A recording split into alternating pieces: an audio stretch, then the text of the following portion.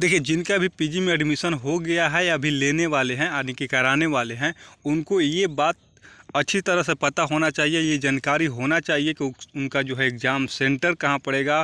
PG में जो semester 1 में और सेमेस्टर 2, सेमेस्टर 3, सेमेस्टर 4 में कितना पेपर का एग्ज़ाम देना होता है, सेमेस्टर 1 में कितना पेपर का एग्ज़ाम देना पड़ेगा, ये जो है आपको जानकारी होना चाहिए। और क्या बात करते हैं कि आपका जो एग्ज़ाम सेंटर है वो कहाँ पड़ेगा। आप मान लीजिए किसी भी कॉलेज में पीजी में एडमिशन लेते हैं तो आपका एग्ज़ाम सेंटर क्या आपके डिस्ट्रिक्ट में पड़ेगा या जहाँ कॉलेज में लिए हैं उसी कॉलेज में होम सेंटर होगा या कहाँ पड़ेगा, ये जानकारी आपको होना चाहिए ताकि आपको आगे परेशानी ना हो। अगर एडमिशन लेना चाहते हैं तो ले लें और नहीं लेना चाहते हैं तो न लें, क्योंकि अगर जानकारी रहेगा आपको पता चल जाएगा कि इतना अगर प्रॉब्लम है तो एडमिशन नहीं लें। जैसे खासकर लड़कियाँ हो गई कि आपका एग्ज़ाम सेंटर कहाँ पड़ेगा, ये अगर जानकारी रहेगा तो आपको पता रहेगा कि कितना मुश्किल है या ना मुश्किल नहीं है। तो ये जानकारी अगर रहेगा तो आपको कोई प्रॉब्लम नहीं होगा एडमिशन लेने में। और एडमिशन करा लिए हैं तो एग्ज़ाम देने में और क्या बोलते हैं कि पेपर कितना होता है, ये जानकारी भी आपको होना चाहिए। इसके बाद आपका सिलेबस क्या है, कहाँ से क्या पढ़ना है, ये भी हम बता देंगे। कहाँ से सिलेबस डाउनलोड करना है ये भी बता देंगे नेक्स्ट वीडियो में। आज जो है इस वीडियो में हम बात करने वाले हैं कि आपको सेमेस्टर 1 में कितना पेपर का एग्ज़ाम देना पड़ता है, कितना प्रैक्टिकल होता है, असाइनमेंट लिखना पड़ता है या नहीं लिखना पड़ता, ये जानकारी होना चाहिए। हालाँकि आपका अभी एडमिशन हुआ है, आपका जो एग्ज़ाम है 2-4 महीने का अंदर में हो जाएगा, क्योंकि सेशन जो है ये रेगुलर सेशन है और मतलब सही टाइम से सेशन स्टार्ट किया गया है। पीछे क्या होता था कि अभी देख लीजिए 22 से 24 वाला का अभी 4th सेमेस्टर का एग्ज़ाम का अभी फॉर्म भरा रहा है, 3rd सेमेस्टर का एग्ज़ाम का फॉर्म भरा रहा है। आप सोच लीजिए जो 22 से 24 सेशन का स्टूडेंट है उसका जो है अभी कंप्लीट हो जाना चाहिए, तो वो 3rd सेमेस्टर का एग्ज़ाम दे रहा है। इसी प्रकार जो है क्या बोलते हैं कि देखिए यहाँ पर जो है कितना, तो 23 से 25 वाला जो है 23 से 25 वाला इसका एडमिशन जो है मार्च में हुआ है। मार्च तो आज 24 में हुआ। इसका जो है 1st सेमेस्टर का एग्ज़ाम स्टार्ट होने वाला है। देखिए यहाँ पर डेट भी दिखाई दे रहा होगा, हालांकि ये डेट चेंज कर दिया गया है। बीर कोर यूनिवर्सिटी में खास कर होता है कि डेट आता है, डेट चेंज होता है, एग्ज़ाम सेंटर चेंज होता है, ऐसे होते रहता है। इसके बाद एग्ज़ाम अगर देने चाहिएगा तो 1-2 पेपर दीजिएगा तो पेपर टल जाएगा, मतलब रद्द कर दिया जाएगा। नेक्स्ट पेपर जो है मतलब पेपर दे दिए हूँ वो रद्द नहीं किया जाएगा, जो डेट है उसको चेंज कर दिया जाता है। तो खास कर ऐसे होते रहता है, क्या बोलते हैं, कोई कारण हो जाता है। तो आज जो हम लोग बात करने वाले हैं इसके बारे में जानकारी अगर आपको हो जाएगा तो आपको प्रॉब्लम नहीं होगा एग्ज़ाम देने में, फॉर्म फिल करने में कितना पैसा लगता है ये भी जो है इस वीडियो में हम बात करेंगे। तो आइए अच्छे से समझ लेते हैं। देखिए ये जो है, देखिए यहाँ पर आप लोग का ऐसे कोड, अगर आप ग्रेजुएशन का एग्ज़ाम दिए होंगे तो आपको ये पता होगा। ये जो है रूटीन जो टाइम टेबल है ये 23 से 25 वाले स्टूडेंट का टाइम टेबल है। यहाँ पर आप लोग का कोड है, ग्रुप ए है, ग्रुप बी है।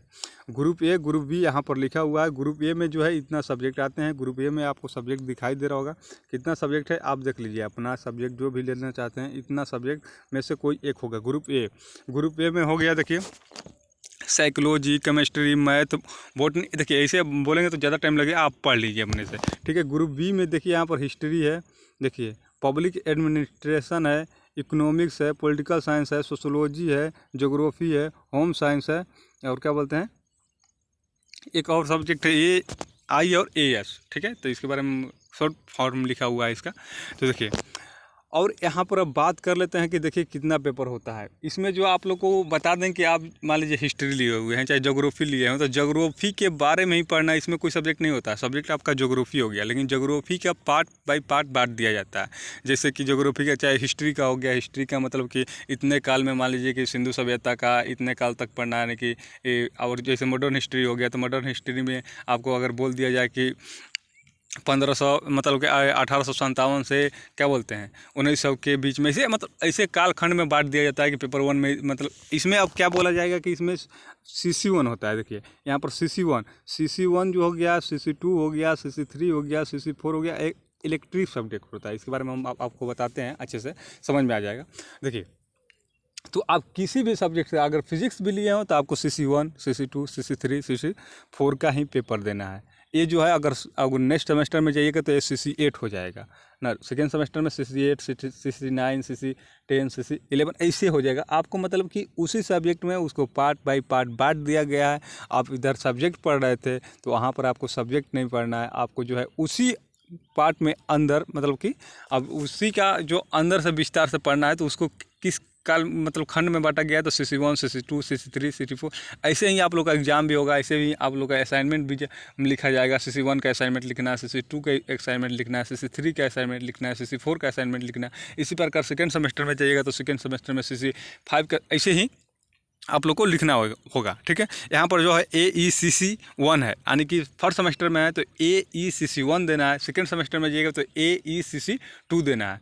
और ये जो आप लोग को 4 पेपर है, ये जो है अब चेंज होते जाएगा। सेकेंड सेमेस्टर में जाइएगा CC8 हो जाएगा, sorry CC5, CC6, CC7, CC8। ठीक है, इसी प्रकार लास्ट सेमेस्टर में जाइएगा तो ये चेंज होते जाता है। ठीक है, तो आप लोग को इस प्रकार से आप लोग का जो है सब्जेक्ट है, इस मतलब पेपर है, सब्जेक्ट मत बोलिए, सब्जेक्ट तो आप जो भी अगर लेते हैं फिजिक्स, जिस भी सब्जेक्ट से करना चाहते हैं तो उसको जो है CC1, CC2, CC3, CC4 में ऐसे ही बांटा जाएगा। और उसी के बारे में उसके अंदर विस्तार से पढ़ना है। कोई टॉपिक हो गया उसको CC1 में डाल दिया, 2-4 चैप्टर CC1, CC2 ऐसे ही मतलब कि बांट दिया जाता है। अब बात करते हैं कि सेंटर आप लोगों का कहाँ जाएगा, तो सेंटर देख लीजिए अपना। और आप अगर एडमिशन लेते हैं जिस कॉलेज में, उसका कहाँ सेंटर जाएगा ये आप लोग को पहले से ही जानकारी होना चाहिए।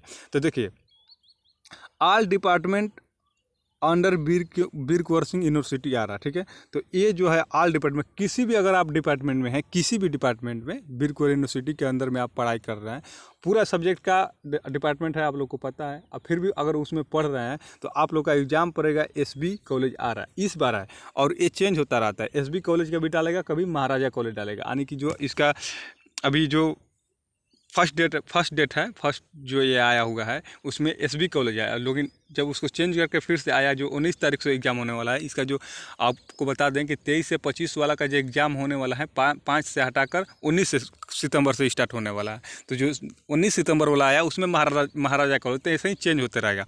अब अगर डिपार्टमेंट एग्जाम लिया है, सॉरी एडमिशन लिया है, तो आपका SB कॉलेज में पड़ेगा या तो महाराजा कॉलेज में पड़ेगा। इसी प्रकार ये देखिए, SB कॉलेज और क्या बोलते हैं, SB कॉलेज, MM महिला कॉलेज और महाराजा कॉलेज, इसका जो है सॉरी देखिए HD, देखिए यहाँ पर जो है HD जैन कॉलेज है, इसका जो पड़ेगा कहाँ पड़ेगा, महाराजा कॉलेज में पड़ेगा। और इसका इसमें पड़ गया। और जो ये है HD जैन कॉलेज, ये एग्ज़ाम सेंटर है, इसमें जो पड़ेगा SB कॉलेज का पड़ेगा, MM महिला कॉलेज का पड़ेगा। ठीक है, और हाँ 2 कॉलेज का जो है इसमें पड़ेगा। जगजीवन कॉलेज आ रहा है उसमें पड़ेगा महिला को, ये चेंज होते रहता है। महिला कॉलेज आ रहा का पड़ जाएगा। ये जो विक्रमगंज का कॉलेज है, सॉरी बक्सर का कॉलेज है, बक्सर का कॉलेज में इसका जो सॉरी जो MV कॉलेज है, ये जो ये PG क्या बोलते हैं, PG का पढ़ाई कराता है, इसका सेंटर जो है इन कॉलेजों में डाला जाएगा। पढ़ाई जो है यहीं सिर्फ कॉलेज करा रहा है। इतना जो कॉलेज आपको यहाँ पर दिखाई दे रहा है, डिपार्टमेंट और कॉलेज जो है, और इसका जो एग्ज़ाम पड़ता है इसमें पड़ता है। ठीक है, तो MV कॉलेज में अगर आप एडमिशन लीजिएगा तो इस कॉलेज में जो है LBT लाल बहादुर ऐसे कुछ मतलब कि नाम मतलब शॉर्ट फॉर्म लिखा हुआ है, इसके बारे में हमको जानकारी नहीं है। तो LBT अगर आप बक्सर से होंगे तो आपको पता होगा, LBT कॉलेज बक्सर में इसका एग्ज़ाम पड़ जाएगा। इसी प्रकार जो है all PG college of Rohtas district, यानी कि जितने भी रोहतास डिस्ट्रिक्ट में PG का पढ़ाई करा रहे हैं उसका जो है exam centre Shershah college Sasaram में पड़ेगा। शेरशाह कॉलेज सासाराम में पड़ेगा। इसी प्रकार अगर SBPP कॉलेज भभुआ में पढ़ रहे हैं, सरदार वल्लभ भाई पटेल कॉलेज भभुआ में अगर आपका एडमिशन हुआ है तो SS महिला कॉलेज भभुआ में पड़ेगा। यानी कि आप लोग ये समझ लीजिए कि आप जिस डिस्ट्रिक्ट में एडमिशन ले रहे हैं उसी डिस्ट्रिक्ट के किसी भी कॉलेज में आपका एग्ज़ाम सेंटर डाला जाएगा। PG का पेपर आप लोग को पता होगा कि इतना पेपर होगा, और थ्योरी कितना होता है, प्रैक्टिकल कितना होता है, ये भी आप लोग जान जाइए। ठीक है, तो देखिए ये जो है कंपलसरी सब्जेक्ट जैसे हो गया CC1 पेपर 1। ठीक है, इसका यहाँ पर लिखा हुआ पेपर कोड है, और ये जो है थ्योरी है, इसका इंटरनल भी होगा। ठीक है, इस जो CC2 है इसका भी क्या बोलते हैं कि थ्योरी भी होगा और इंटरनल भी होगा। इंटरनल एग्ज़ाम जो है आपका जो कॉलेज है वहाँ पर इंटरनल एग्ज़ाम लिया जाएगा। इंटरनल एग्ज़ाम आपके कॉलेज में होगा, और थ्योरी जो एग्ज़ाम होने वाला है ये जो है कहाँ होगा, तो सेंटर पर होगा, सेंटर पर इसका एग्ज़ाम लिया जाएगा। इसी प्रकार कंपलसरी सब्जेक्ट CC2 है, CC2 का जो है आपका थ्योरी भी होगा, इंटरनल भी होगा। यानी कि कुल मिलाकर चलिए कि जितना भी आपका सब्जेक्ट है पेपर है CC1, CC2, CC3 और ECC1 सबका जो है थ्योरी भी होगा, प्रैक्टिकल भी होगा, यानी कि आपका कॉलेज में भी एग्ज़ाम होगा और सेंटर भी एग्ज़ाम होगा। कुल मिलाकर आपको 10 पेपर देना है, टोटल मिलाकर 10 पेपर, यानी कि 5 पेपर आपका कॉलेज में होगा इंटरनल, और जो है 5 पेपर एक्सटर्नल आपका एग्ज़ाम सेंटर पर होगा। और इसका फॉर्म फिल करने में कितना पैसा लगता है, तो 460 रुपया लगता है। अगर आप लोग सेकेंड मेरिट लिस्ट का इंतज़ार कर रहे हैं, आज तक लास्ट डेट है, जिनको अभी एडमिशन नहीं हुआ जाकर एडमिशन ले लीजिए।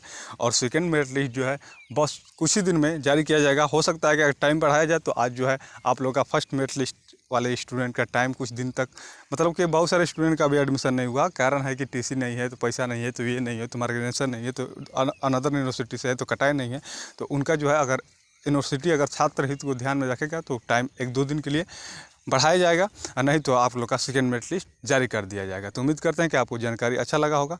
तो मिलते हैं नेक्स्ट वीडियो में, तब तक के लिए धन्यवाद। जय हिंद, वंदे मातरम।